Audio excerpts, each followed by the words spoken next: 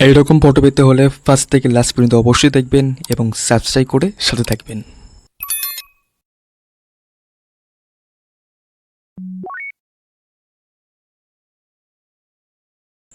প্রথমে আসবো chat GPT, click করব।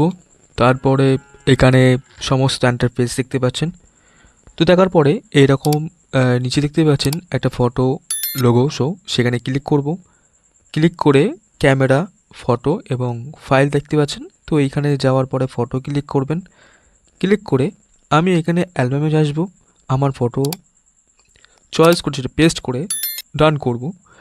ডান হয়ে গেল, ডান করে নিয়েছি। তারপরে করানোর পর এখানে এই ফটোটা পেস্ট হয়ে গেল।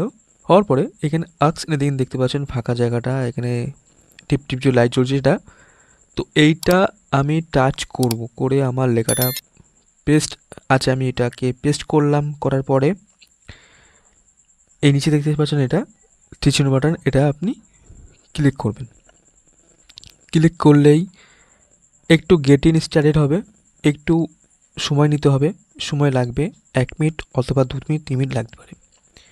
তো প্রসেসিং ইমেজ হচ্ছে একটু সময় নিতে হবে। তারপরে তো ফটো রেডি হওয়ার পরে ইমেজ গেট শো হচ্ছে দেখতে পাচ্ছেন উপরে।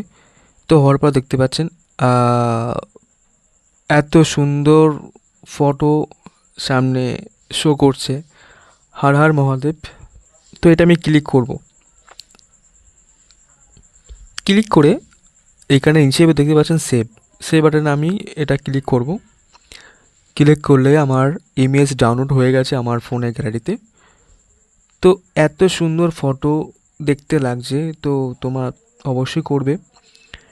আর এরকম ফটো লিখে, এরকম ফটো সাইজ এটা লিখে এটা পেস্ট করলে এরকম ফটো অবশ্যই আসবে। তো এটা পেতে গেলে একটা সাবস্ক্রাইব করে দেবেন ইউটিউবে, যাতে আরও নতুন নতুন ফটো অবশ্যই আপনারা দেখতে পাবেন, কীভাবে ফটো এডিটিং করতে হয় আর কোন কোন মডেলে কোন কোন সুন্দর ফটো আনতে হবে সেগুলো অবশ্যই দেখতে পাবেন। তার আগে আপনি আমার চ্যানেলকে সাবস্ক্রাইব করে থাকবেন, যাতে আরও নতুন নতুন ফটো এডিটিং যেন পেয়ে যান আপনারা।